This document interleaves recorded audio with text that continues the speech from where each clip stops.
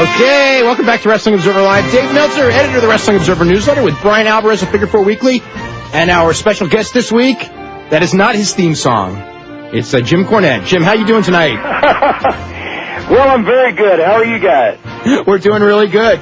Jim, I guess first thing we should talk about is the camp coming up. And before the camp's coming up in April, and Jim will tell you a lot more details about it. But before you do that, I want you to talk about, because this your track record. There's a lot of guys now. It's not like the first time we had you on when we talked about the camp, and it was an idea of getting a lot of guys looked at by WWE. There's several people now who are under WWE developmental contract that were first seen in this basic training camp that you're doing. Well, we're kind of proud altogether of our track record. There were guys who came to OVW for their first training, like Muhammad Hassan, Randy Orton, Shelton Benjamin, Eugene, Doug and Danny Basham, Rob Conway, Brock Lesnar.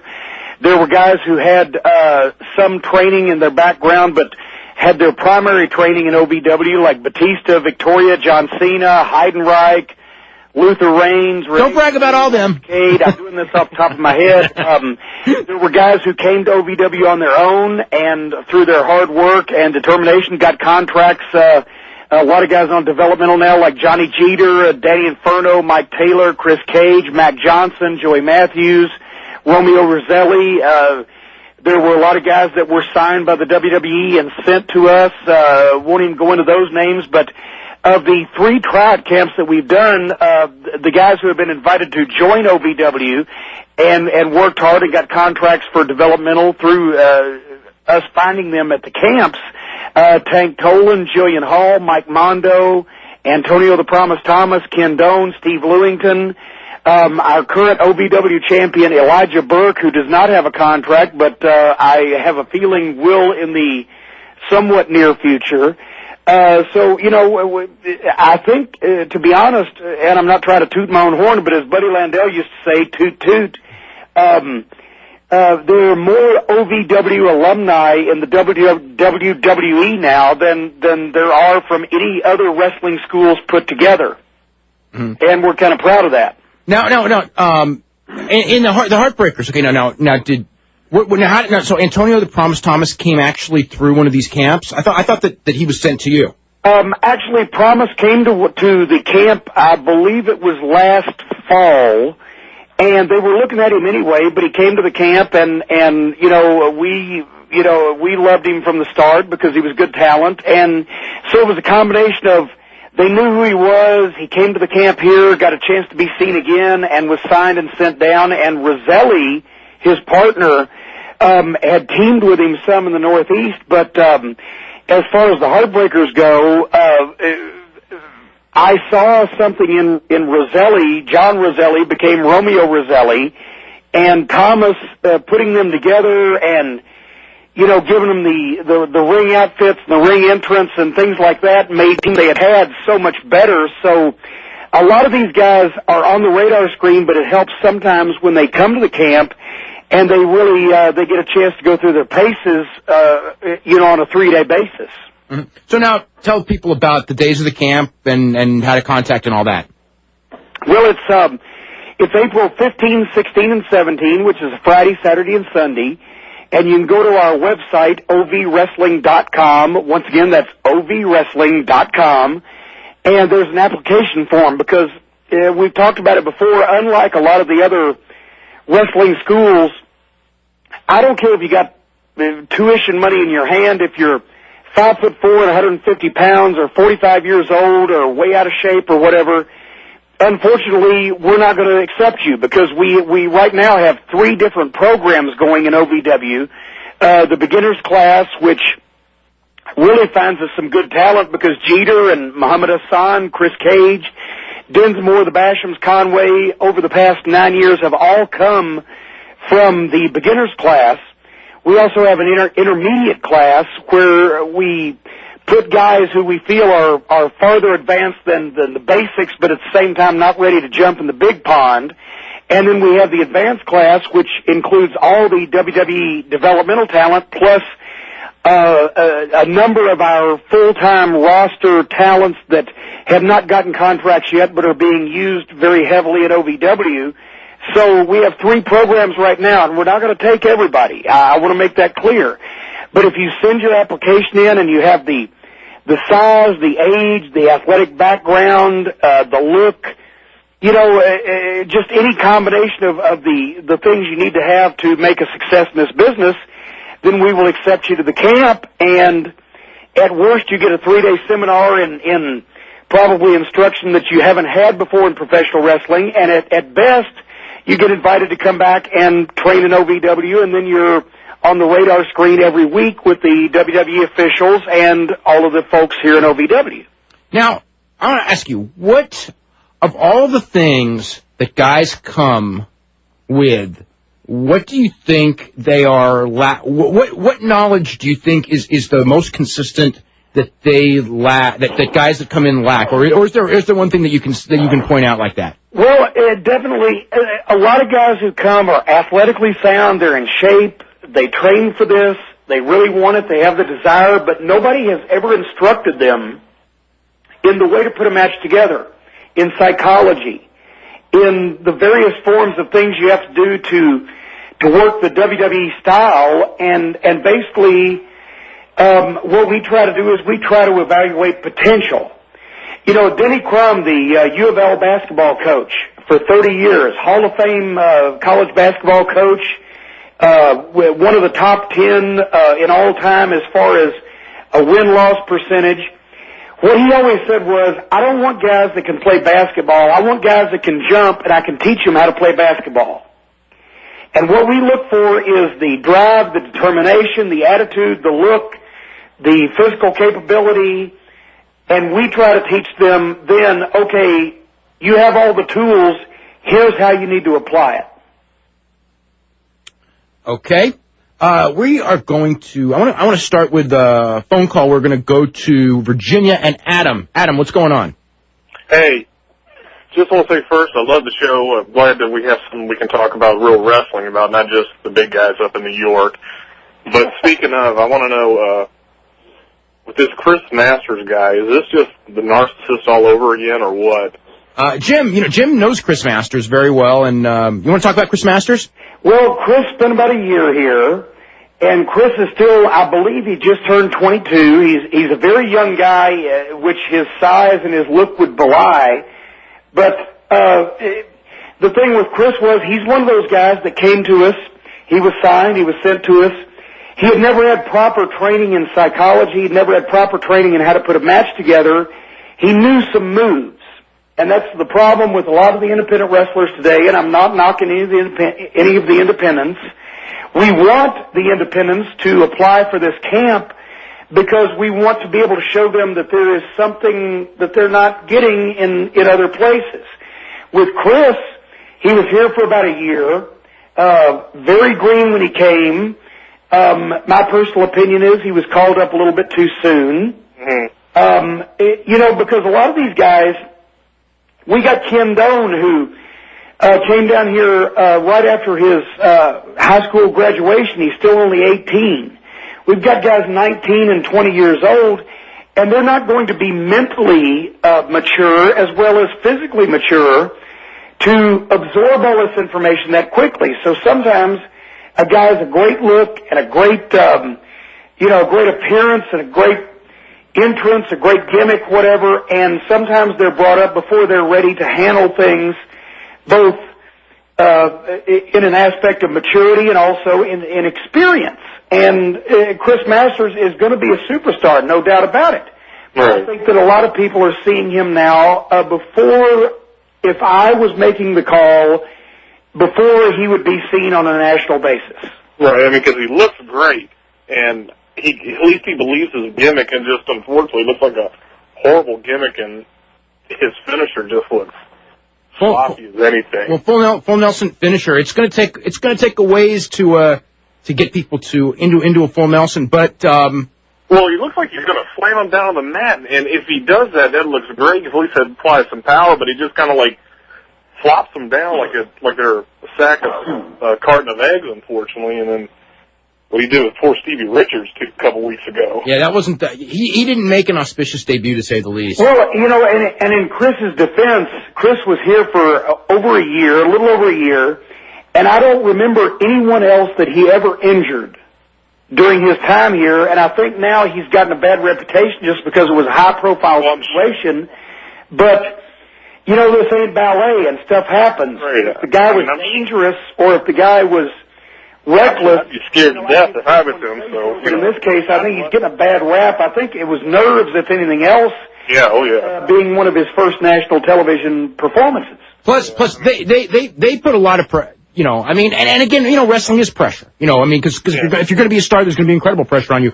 But you know, he did have, you know, with all the vignettes and everything. You know, they wanted him to debut and be a star, and then you go out there. I'll ask you about this one, Jim, because you have guys, and they, you know, when they wrestle at OVW, there's a certain fan base that they see week after week after week, and those fans start getting to know you and knowing your moves and all that. Then when you go to WWE, like Chris Masters did, or some of the other guys, if they do a dark match or something like this, and in this whole crowd of, instead of, you know, several hundred people, you've got, let's say, 5,000 people or 10,000 people, 5 in the whole building of whom even know your name, and no one who really knows you or reacts to you or knows your moves, and you're out there, and you know it better than anyone. I mean, having worked on certain shows where you're out there having a good match, but because the people don't know you. I mean, like with the Rock and Roll Heavenly Bodies match in Boston, it comes to mind. Oh yes. You know, I mean, they're just, you know, they're going like, we don't know you, so you're not a star, so forget it. And it's got to be pretty tough on these guys, you know, because again, he's supposed to come out here and make an impression, and then you've got this audience that has no idea who he is, other than the vignettes going like, okay, show us something that we've never seen before, and it's pretty difficult to do that. Well, it's a lot of pressure, especially on younger guys and more inexperienced guys. And, you know, that's one of those things you got to deal with now, because the business has changed, and unfortunately, guys don't get 4, 5, 6, 7, 8, 9 years to perfect what they do before they're seen by a national audience. And so, you know, the ones that step up are the ones that really make it, and the ones that don't, unfortunately, sometimes fall by the wayside. But that's why I always try to suggest that anybody on developmental contract here in Louisville be allowed the chance to mature physically and emotionally before they're thrown in the big pond. Anything else, Adam? Well, I mean, I just want to ask the Louisville Live one more thing. You know, I know you had done some work with Ring of Honors here in a couple months ago. I think it was back in October. He actually was there last week in Chicago. Yeah, and I actually went and saw them this weekend in Philly. And, I mean, what is your opinion on them and other independent organizations? Who do you think is worth a damn, or who do you think is just, you know, just kind of pulling an audience string? I know Jim, I'm going to tick off a few of my friends when I say this, and I don't mean to leave anybody out, but Ring of Honor, as far as I'm concerned, is the independent promotion these days. I really enjoy my time that I spend there. I don't get a chance to go very often, but I enjoy the shows. The guys are respectful. They work very hard. It's not necessarily the style that I would instruct here at OVW, or that would fly in the WWE, but it's an alternative. And I think because of that, you have to have an alternative. And after Ring of Honor, to be honest with you, there's some good independent promoters out there, but not really high-profile ones, and not on a regular basis. And please, any of my friends, Jim, we got to don't crucify me, but as far as I'm concerned, in this coming year, because we have so much going on in Louisville, the only outside shows that I will probably be making are those with Ring of Honor, because they have their stuff together, and they do put on a good show for their fan base. Jim, one thing I want to ask you: how did Eminem actually get together Johnny Nitro Molina and Joey Matthews, who are actually on tour this weekend and last weekend with WWE and one of your star acts? Well, short story, Nitro and Molina became a couple here in OVW, and Joey Matthews, who is such a talented guy and so experienced, got involved in storyline with them, and I just saw that, you know, these guys were magic together, and Joey Matthews deserves a lot of the credit for the tag team, for the things they do, for the entrances. because I kind of just put them together and started letting them do their own thing, and that they are the 21st century version of the Freebirds, as you've said. They look like rock stars, and they're only going to get better because, remember, Nitro is still, I would say, around 2 years experience, and Molina a little bit less than that, and so, they're a great team, and they've really done well for us, and they're going to get better. You can, by the way, get tapes of Ohio Valley Wrestling. They have a weekly TV show at ovwrestling.com that traditionally I watch the show every Monday night. Now, it isn't as desperate for me to watch it on Mondays, because I used to watch it when Raw really stunk a couple months back. It was like if I had to watch this thing Monday night, or else I would go to bed sad after watching that Raw. Now, Raw's been pretty good lately, so I can handle it. Plus, I got Ultimate Fighter to watch right afterwards, so sometimes I don't get to watch it till Tuesday morning. But usually I still try to make the habit of watching it on Monday night. But you'll see old school booking. It's like Mid-South Wrestling, but there's no Ted DiBiase, but I enjoy the show, and I know Brian enjoys the show like crazy. Oh, yes. I mean, that's like, that's the highlight of the week. I mean, Brian enjoys the bad stuff, he enjoys the good stuff, he enjoys Dean Hill. There's some entertainment value in every single thing in Ohio Valley Wrestling for Brian. And the skits with the Heartbreakers have been gold. Well, thank you, guys. Yeah. I just love seeing the new talent, watching it develop, because, he mentioned, so Brock Lesnar there, Dave Bautista there, Randy Orton there, so many guys, John Cena, long before in WWE, you want to see the next round of stars, this is where you're going to see them. And we should mention that Cornette on this show, 5 years ago this week on this show. It's WrestleMania with Big Dave. That's right. 5 years ago this week, he said that in 5 years, the main event at WrestleMania would be Dave Bautista. And in fact, you were right. Well, actually, thank you for remembering that, because, and we're kind of proud, the two guys challenging for both WWE titles at WrestleMania both trained here, Batista and John Cena. That's right. So now we're kind of proud of that, and I'm not going to say I'm Nostradamus, but you wrote something this week in the Wrestling Observer. Batista should talk very little, have short matches, kick ass, and be explosive. And that reminds me of a guy named Leviathan. From 3, 4, 5 years ago in OVW, and he went away for a while, and now maybe he's come back. Yeah, hopefully he's coming back Monday night, except with hair. Right now, we're going to go to Mitch in Berkeley. Mitch, what's going on? Hey, how you guys doing? Doing good. I just wanted to talk to Jim about my favorite angle of all time, which I'm sure I'm not the only one that thinks this, and that's the white suit, Paulie Dangerously, Midnight Express, cell phone or portable phone brawl. That actually, I still have that white jacket. It's up in my wrestling room, hanging on the wall, and that was one of my favorite things that we ever did. Unfortunately, due to the fact that was right at the time that Turner Broadcasting bought Crockett Promotions, it got squashed and never reached its full potential. But it was memorable television. Can you tell us all just about kind of how that got started, and who was kind of the mastermind behind it, and just how it all played out, and how you and how a week after it started we realized it was going nowhere. Well, at the time, Paulie and Dennis Connery and Randy Rose, the original Midnight Express in the AWA, I think that was when Vern was folding. Dave, help me on this. I think Vern went a couple more years, but they were looking to get out for sure. They were looking to get out, and we didn't have anybody to wrestle, and we had just dropped the tag team title of the Road Warriors, and needed something to do, and I don't know whether it was me calling Paulie calling me, Dennis calling Bobby, whatever, but the talks got started, and we went to Dusty, and basically said, can we do this? And he said yes, and he said. And to my everlasting misery, not really, Dusty said, now, Dennis Connery walked out on us before, baby. So if you don't want them to come in, we won't have them come in. I said, no, we want them to come in. We all want to do this. And so I got Paulie on real national television for the first time ever, and no good deed goes unpunished. That's a good line.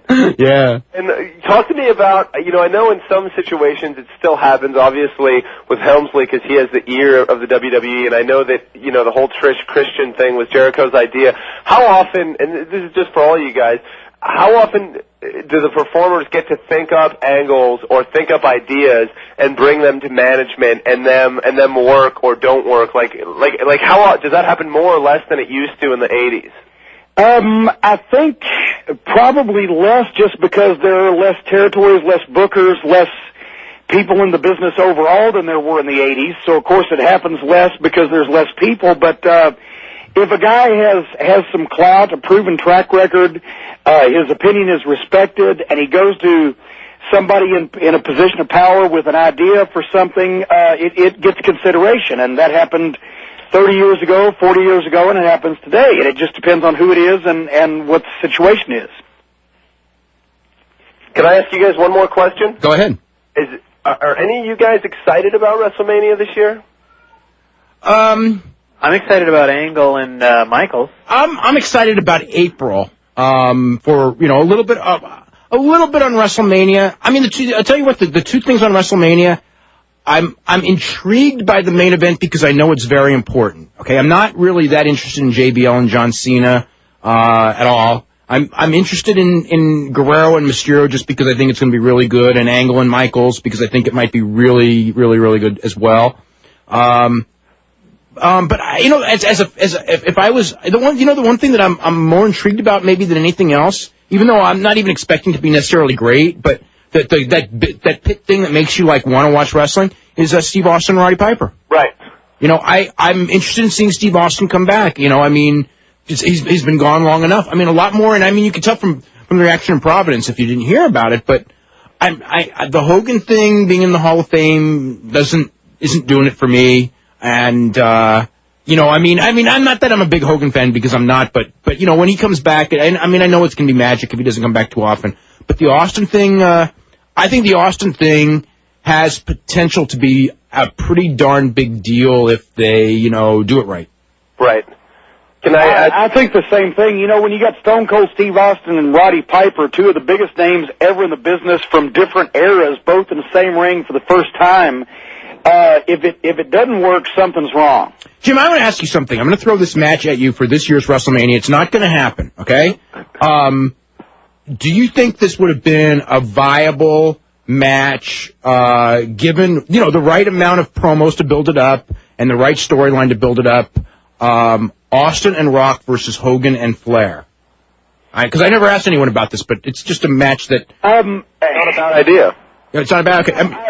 I would want to see the match, but I think at this point, not on WrestleMania, because that a match of that magnitude, something that's never happened before, would never happen again, I would want to hear about that for months and months. Mm-hmm. So I'd love to...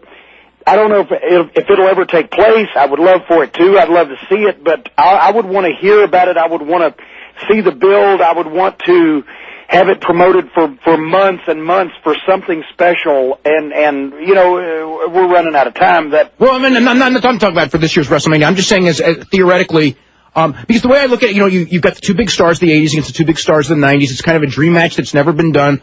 Austin and Hogan have never been in the ring with each other in this way.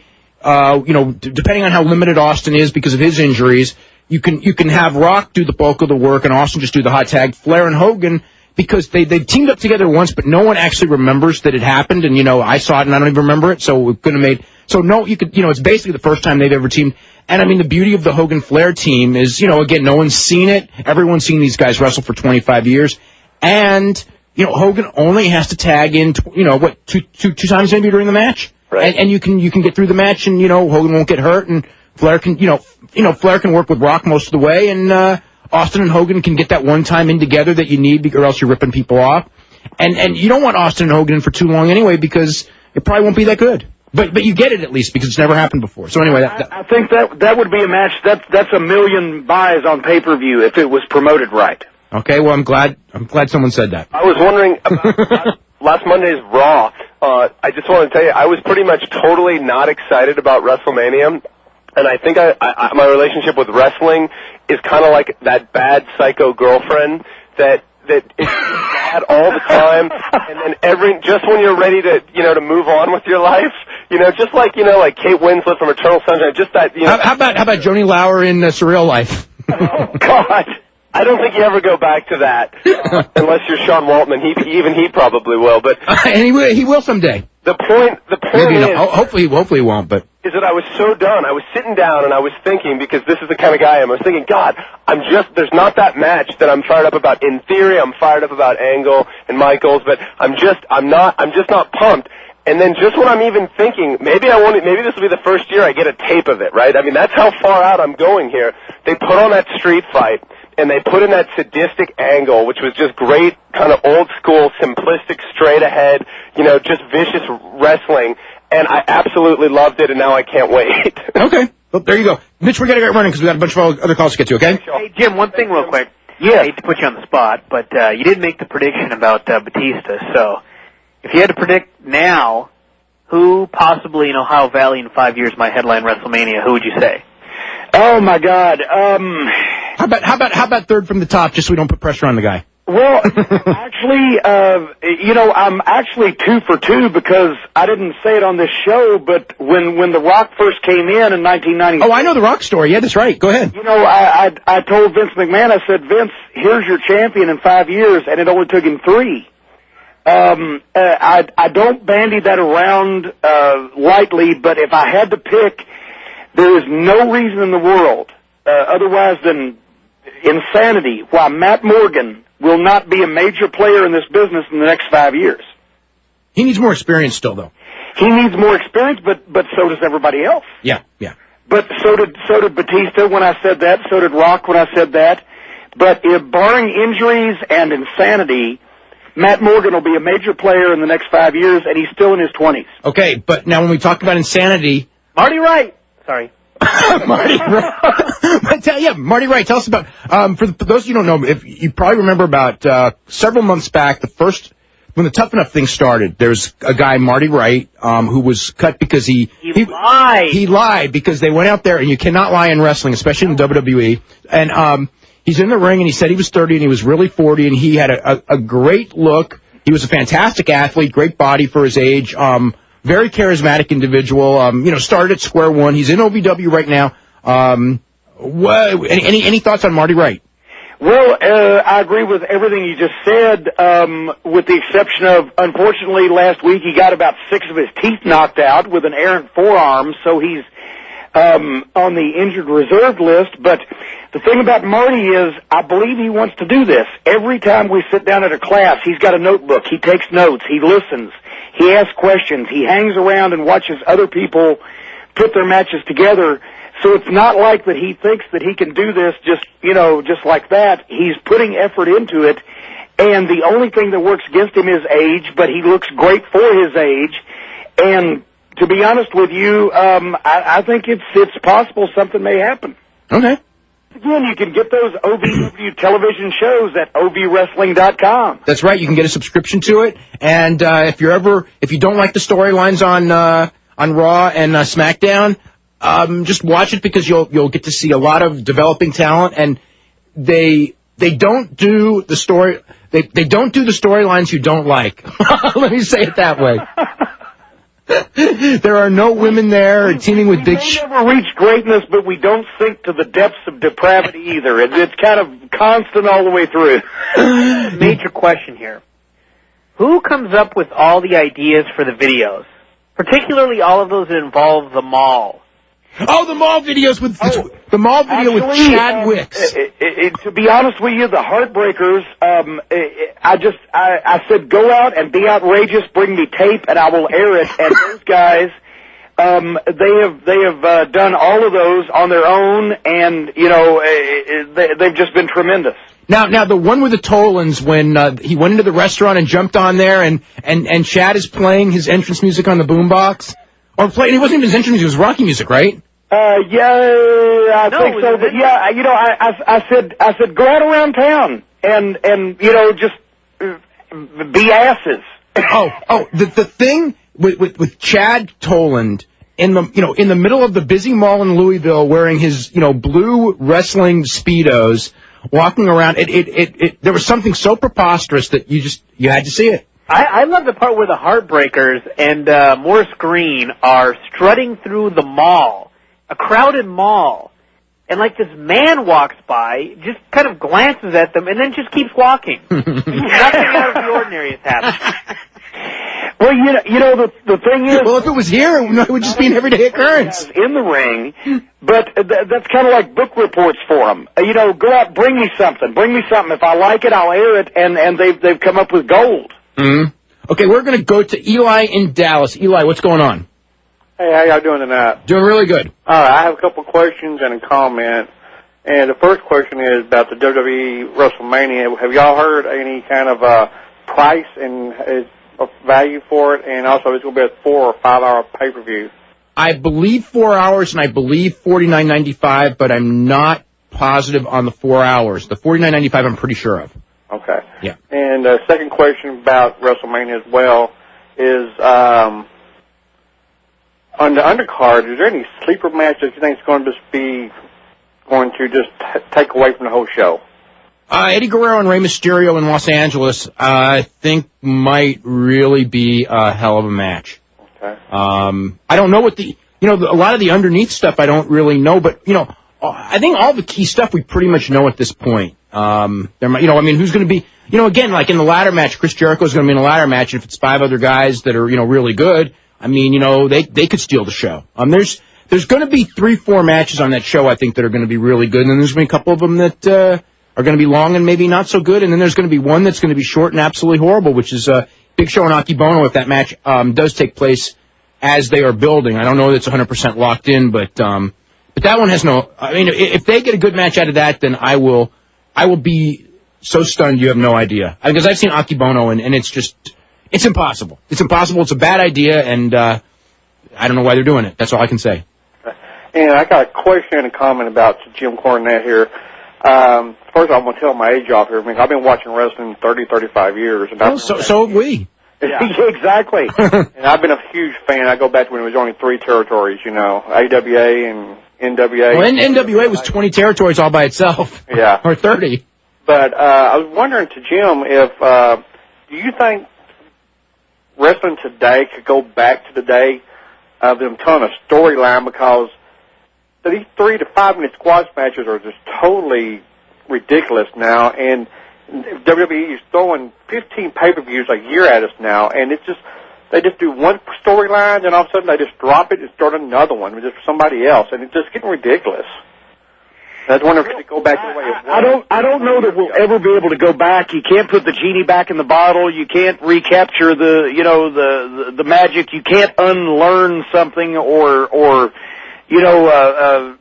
once somebody is smart to something, you can't unsmarten them. But at the same time, a good promoter and a good booker together with a good crew can always educate their fan base to a certain style. And so, it's possible that the wrestling fan could get something resembling what they appreciate. At the same time, some things are never going to change to go back to the way they were.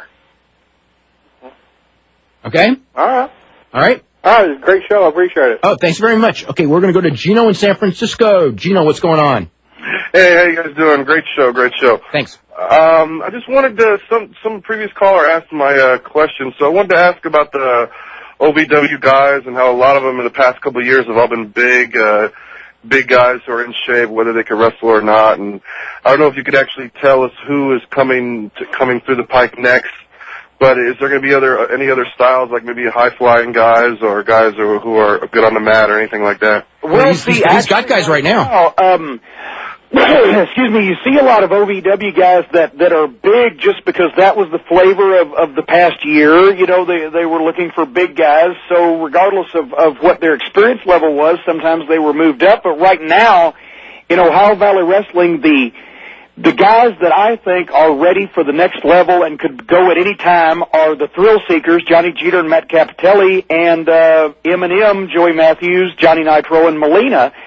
And none of those guys are over 235 pounds. They have the potential, I say, to be this century's version of the Rock and Roll Express, the Midnight Express. Now, of course, when those guys got together, the Rock and Roll and Midnight, Ricky Morton had 6 years experience, Robert Gibson had 8, Dennis Condrey had 10, Bob Eaton had 9. So don't expect magic right off the bat, but those guys are really the cream of our crop right now, and the one match we can depend on to steal any show we put it on. And none of them are big bodybuilders. They're breaking the mold, but it's action and it's excitement and it's color and it's enthusiasm and passion, and that's what wrestling's all about. Whether size has really nothing to do with it, otherwise than in the eyes of the people who think that size matters, which is usually only like Dave's wife. And I also wanted to ask you about what else? Oh, that's what I wanted to ask you. The scaffold match where you fell off. How did you go about doing that? And what? Was you every morning he remembers that scaffold match. I want you to know that. Yeah, well, when I get up and I try to walk to the bathroom, actually, how did I go about doing it? I hung down and let go. Was you afraid of doing it, or was you like, no, I'm not going to? No, I was looking forward to it. But, it was something that had to be done, and 18 years later now, I've got floating cartilage in that knee, and it locks up on me a lot, and I have a lot of trouble with it, and that's why I don't do a lot of active things anymore. Not that I was ever a great athlete to begin with. The story of it would take more time than we've got on the program, but I think, to be honest with you, it was worth it all in terms of conversation piece, the videotape, and the fact that is probably, and with all due respect to the Nate, that's probably the most famous NWA match in history, just because of the sheer ludicrousness of it. And I believe that they always told us that was the first wrestling videotape that ever went gold. So, at least we got something out of it. Man, and what about JBL? Do you have JBL back in the day? Did you notice any of his skills on the mic, even way back then? Because man, this guy could sell a match more than anybody else. It's just a shame he can't do much in the ring. Bradshaw's been a friend of mine. As a matter of fact, I almost booked him. I was on the verge of bringing him into Smoky Mountain Wrestling the month after we closed down in December of '95. I was going to start John Hawk as a top guy, and Bradshaw's a great guy. He's a good friend of mine. I love the guy. I love to be around him. I love to talk to him. I've always known he could do a promo, and he's a tough son of a gun. So I'm not really surprised at the promos he's doing now. Jim, did you see the skit that him and John Cena did doing A Few Good Men? Holy crap. That thing. I did not, to be honest. Oh, okay. You really almost need to. It is one of the. They've done a lot of those, Hollywood skits, themed for WrestleMania. That is by far the best one. And I didn't think that they could top that one with Hunter and Ric Flair. I was just going to say it was supposed to be a WrestleMania commercial, but it seems like he was trying to get people into the match. He was trying to. Well, he's a smart guy, then, isn't he? I thought that both of those guys, Layfield probably more than Cena, but I almost don't want to say that because Cena's facials and everything were so. I was very impressed with Cena as an actor, and damn, Layfield was really good there. I was just going to say these big guys who can't really wrestle, like Gene Snitsky and Kane and Undertaker, and they should all be in hardcore matches. And no, it gets old. Every now and then a hardcore match is great, but you don't want to steady die of it because it becomes very numbing. Yeah, well, I guess so, but they for them to have competitive matches is just boring.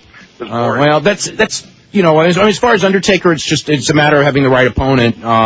And as far as Snitsky, it's just not ready yet. And hey, Dave, I just want to mention I heard the commercial for Jimmy Hart's book and photos from the Jimmy Hart personal collection.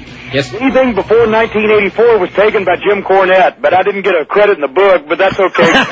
That's true. I recognize some of those. And I heard you just wrote a foreword for Bill Watts' book, too. Yes, as a matter of fact, I'm looking forward to that coming out because that's going to be a fascinating read, and I was fortunate enough that he asked me to do a foreword and sent that off, and hopefully that'll be out soon. Yeah, and here's an interesting one. We talked about that match with the Road Warriors, the scaffold match. And I remember that pretty well. Now, I was actually in the Greensboro Coliseum watching that on closed circuit because that show was it was actually two shows.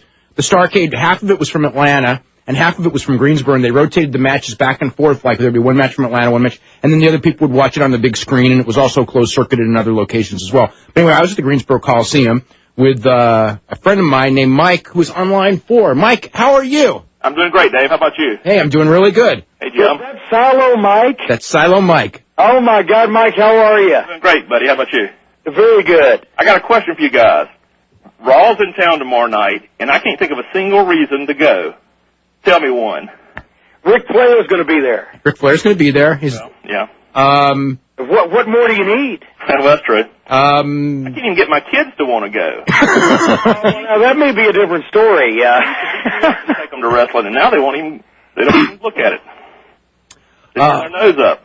Yeah, I don't. You know, I'll tell you, I looked at, and actually Dave knows I sent him a copy. I put together, when we started doing the Midnight Express reunions, I put together a videotape set of the Midnight's, sort of like a chronicle of their career. It's a 6-volume set, 12 hours.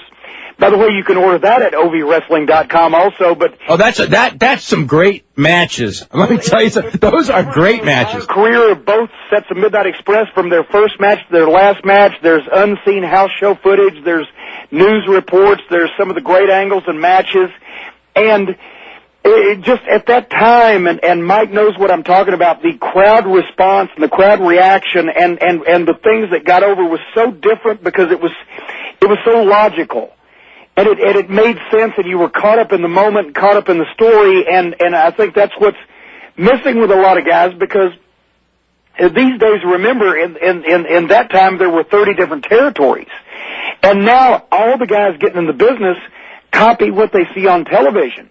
There's less and less on television, which means less and less to copy, which means everybody is starting to wrestle the same, and there are no way out wacky Abdullah the Butcher characters. You know what else? And not only wrestle the same, but look. I think one of the problems is they look the same. I mean, you've got like when you and I have talked about this over the years. If you have a territory where everyone is 5'9", you can bring in a 6'4" guy. He can work as a monster. He can be very effective. Mike Awesome in ECW is an example of someone who was very effective in ECW because everybody was small, and then we went to WWE where everyone was big, and I mean he was horrible because he's a horrible wrestler. And that helped. But you know, I tell all our guys here, don't copy what you see on television. Learn from it. Learn from tapes, whether it be 1984 or 2004, but do your own thing. Come up with your own stuff. Be different. Be noticed. And I think that's what a lot of the guys, and when we talked about our tryout camp, in April 15 through the 17, we're going to tell a lot of guys, don't do the same things that everybody else is doing. Come up with your own style, come up with your own way of doing things, and be different and be noticed. Mm. I was cringing when that guy was asking me the questions about dropping off the scaffold, because I remember sitting there watching that and just... Oh, my God. Makes my knee hurt thinking about it. Well, if you didn't like watching it, imagine from my viewpoint. You're hanging in there going like, I promised to do this bump, and I can't get out of it now. I bet you're going, damn you, Dusty. Well, once I was under that thing, I was like, well, there's only one way to go. I guess I might as well get there. All right, guys. Good talking to you. Okay, thanks a bunch, Mike. Great talking to you. See you later. All right. Yeah, I was staying at Mike Gunner's house, and we were at the Greensboro Coliseum and watched that scaffold match. And, you know, like, it wasn't the first scaffold match I ever saw, but it was the most memorable scaffold match of all time, just because it was so high profile, and it was the first one on, kind of like been promoted nationally, I think. Is that correct, Jim? Yes, as a matter of that was the first national. Because you did. Actually, that was the first $1 million gate that any NWA promotion had ever done. Yeah, because you had done a scaffold match with them in Mid-South before? I think you did, because I seem to remember. Well, we did a bunch with the Rock and Roll Express. Right. In Mid-South, because I remember Jim Ross sitting on the scaffold because he wouldn't stand up. Right. And then throwing something off the scaffold, I think, right? Was that the promo, like a fruit or something? Actually, the Road Warriors threw pumpkins off. Okay, that's what it was. Okay. But we'd done them with the Rock and Roll in Mid-South, but the scaffold was shorter, and it was definitely not that tall, and this was the first nationally profiled or nationally promoted scaffold match. And like I said, I believe the first $1 million gate, maybe the only $1 million gate until Turner Broadcasting, bought the company and started pay-per-view. Well, with pay-per-views they did it, but they never did they never really did a closed circuit because once pay-per-view came, the closed circuit thing kind of died. Yeah, but with closed circuit and live gate only between Atlanta, Greensboro, and the places that got the closed circuit telecast, no pay-per-view involved. We did $1 million that night, which we were pretty proud of. Yeah. Okay, we're going to go to Tyler in Apple Valley, Minnesota. Tyler, what's going on? I just had a question about the draft, like if there's going to be a draft after WrestleMania. I presume there is. No one said so officially yet, but I presume there will because last year it drew great ratings, and after WrestleMania they need to do something to draw great ratings. And they need to freshen some guys up, and they need to get Shawn Michaels and Chris Jericho over to SmackDown, or not necessarily them, but something like that. Now, when I was online last week, they said that Triple H was going to SmackDown. I don't believe that. Yeah, I didn't either, but I mean, I suppose it's possible, but I don't believe it. Yeah, and I had another question. Judgment Day is going to be in Minnesota. Yeah. And I'm going. Do you know what the main event would be? No, I don't think they do either. Oh. Okay. That's several months away. Okay. Do you see anybody coming back soon either? Like Hulk Hogan or The Rock? No, The Rock, no, probably not. He's too busy. Hulk Hogan, they're definitely talking to Hulk Hogan about, doing a wrestling match. I don't know that it would be on that pay-per-view. I suppose it's possible. What about Brock Lesnar? They got a lawsuit that they would have to settle, but, if it's up to Brock Lesnar, I'm sure he wants to work that show, but, it's very premature to think that that's going to happen. Okay, thank you. Okay, very welcome. Bye. All right, bye-bye. Let's go to, John in St. Louis. John, what's going on? How you guys doing? Doing really good. Dave, a couple questions. Okay. I really don't want to go into the stuff with Edge and Lita and everything, but I'm wondering, like you were saying before, they would be hypocritical if they're doing any action against any of the employees, because how many stories have they done on sexual, Oh, yeah. Okay. No, but you can't use that as, okay, I agree with you, obviously because I already said it, but you can't use, if somebody did something in a storyline, and then they do it in real life, you can't say, well, since it's been done in the storyline, it's okay, because, Jesus Christ, they try to run over Dave, you know what I mean? And if one of these wrestlers, tried to run him over, I think that they would really be fired. Right. But you know what I'm saying? It's like, it'd be hypocritical if they're saying, if they're I don't want to say they're promoting the lifestyle, but they're saying, I truly damn anybody doing this, but we'll have Mae Young, I don't actually see. I just see them as totally different topics. Real life is one thing, and what you do in a wrestling storyline is something else. I could live without Mae Young. Easily.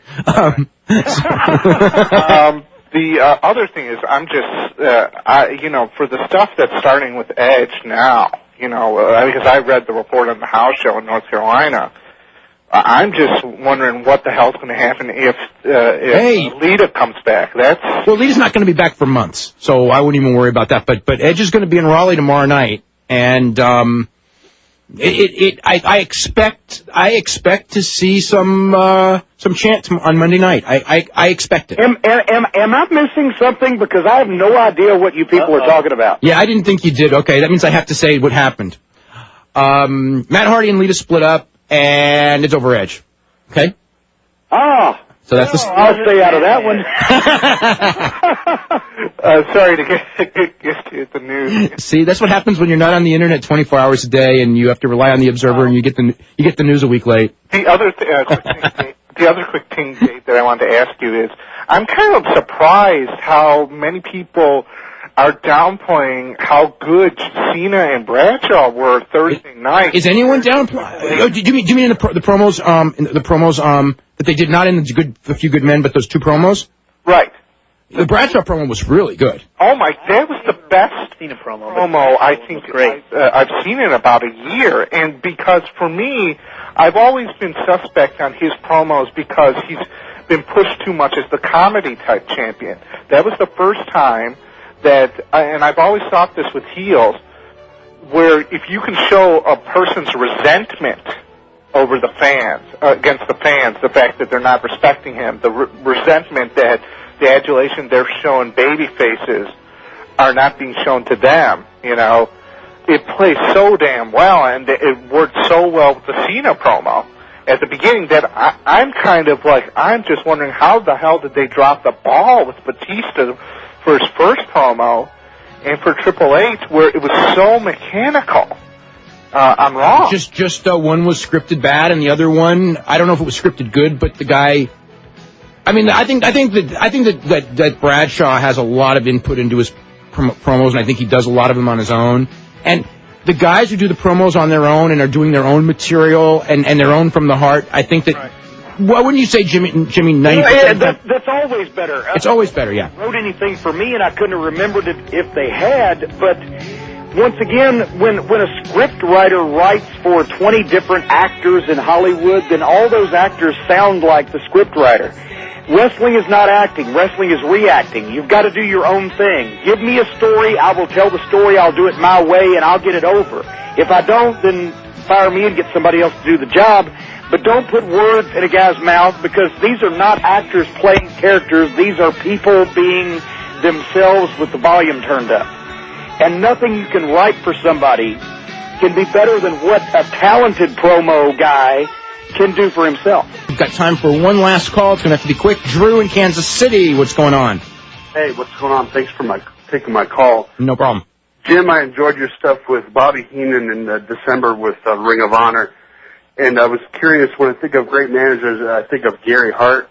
I want to know if you've ever worked with Gary and what you think of him, and I'll listen off the air. Thank you. I worked with Gary in Texas, and if you get the shoot interview, the first one that Bobby and I did with Ring of Honor, you'll find Bobby's comments on Gary Hart, and I will just say that we were all shocked one day when Gary actually worked up a bead of sweat one day. I'll leave it at that because we're running low on time. Okay, the music's coming. Jim, I want to thank you very much. Remind everyone, April 15th to April 17th, they're doing a WWE or OVW tryout camp. You can go to ovwrestling.com, and they'll have information on that. And if you want to be seen by WWE and get in, that's the move to make. And you can always get subscriptions to Ohio Valley Wrestling through that website. Get an hour TV show. Actually, you get a 2-hour show once every 2 weeks. Is that how you do it, Jim? Actually, it's once a month, 4 shows. 4 shows. Okay, well, that's cool. And you can't beat it.